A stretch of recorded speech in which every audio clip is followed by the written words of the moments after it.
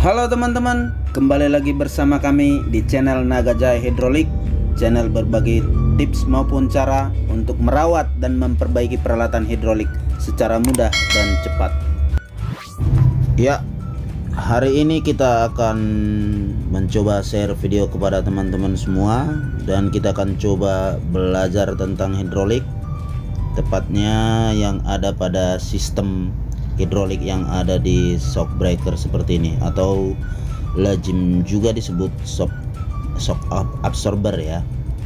Nah, apa yang menjadi perbedaan yang sangat mencolok dengan hidrolik pada umumnya atau hidrolik konvensional yang sering kita bagikan kepada teman-teman semua videonya?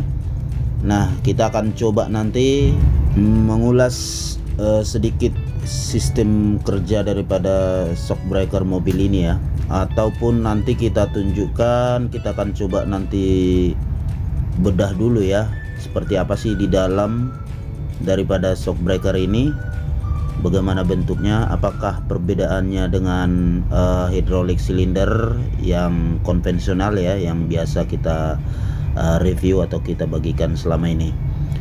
Nah, kita akan coba lihat secara umum teman-teman.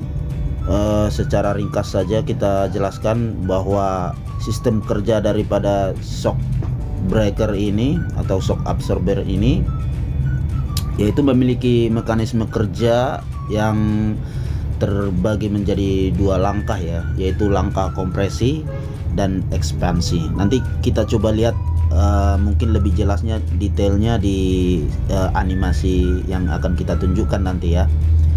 Ini agar lebih jelasnya mungkin kita jelaskan satu persatu, di mana langkah kompresi adalah cara kerja pertama dari shock breaker mobil ini ya.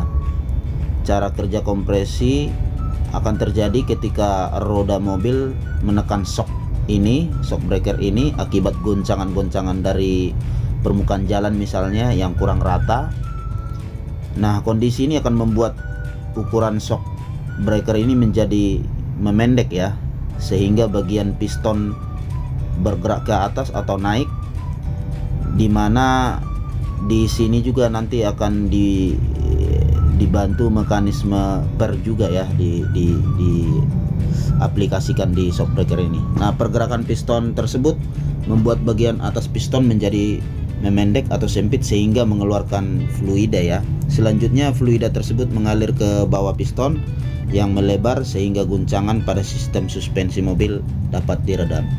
Nah, untuk langkah kedua tadi yaitu langkah ekspansi, cara kerjanya selanjutnya ketika kompresi selesai, maka shock depan mobil yang digunakan ataupun shock breaker yang digunakan ke mobil akan kembali ke posisi semula sebelum langkah kompresi. Nah, kondisi ini terjadi akibat gaya balik per atau pegas yang dihasilkan ya, yang tadi diaplikasikan di shock breaker ini.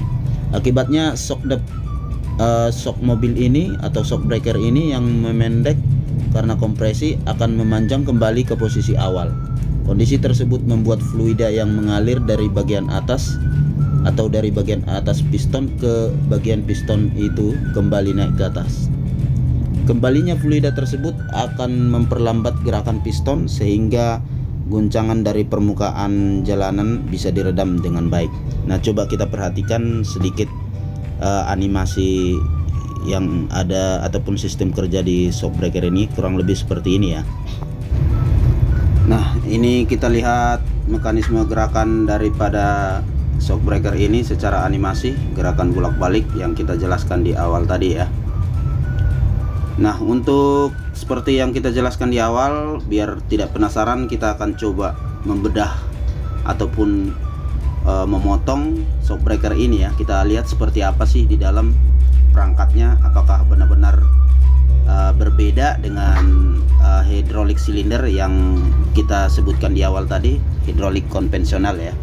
Ini akan kita coba mengeluarkan pistonnya ini dengan cara memotongnya ya. Ini kita lihat seperti ini, terasa gerakan piston ini seperti membal ya. Nah, ini kita ambil dari mobil ini ya, shock breaker mobil ini. Kebetulan yang depan kita coba buka tadi. Nah, untuk lebih jelasnya kita akan lihat dengan cara menggerinda ya. Kita akan menggerinda di bagian ujung ini pertama. Nah, ini dia sudah kita potong dan kita akan melepaskan bagian rodnya ini. Di sini ada gland ya, sama seperti hidrolik pada umumnya juga ada gland. Nah, yang menjadi berbeda kita lihat di sini ada dua lapis ya, dua lapis bagian ramnya di sini. Selain yang bagian silinder paling luar, ada juga bagian ram. Nah, ini kita lihat ada rodnya masih ada di dalam ram kedua ini. Nah, ini dia. Kita akan copot seperti apa pistonnya. Masih ada part-part lain di dalam sini kita lihat. Nah, ini olinya juga masih banyak ya. Nah, ini dia bagian pistonnya. Untuk bagian piston teman-teman kami pastikan sama saja ya. Ini ada bagian stoppernya juga di sini. Ini pistonnya ini hanya beda material mungkin ya. Kalau sistem piston hidrolik hampir sama ya. Ini dia bagian ram yang kedua tadi atau bagian silinder kedua. Itu dia perbedaannya teman-teman. Setelah kita pastikan kita membuka ya. Nah, ini adalah bagian silinder paling luar. Di dalamnya seperti ini, sama, tidak ada perbedaan.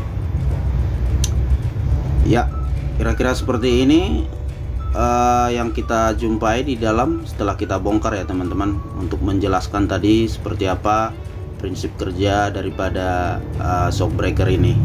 Baik teman-teman, demikian video kita kali ini. Semoga bermanfaat.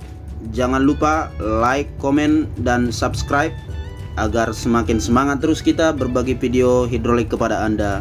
Terima kasih.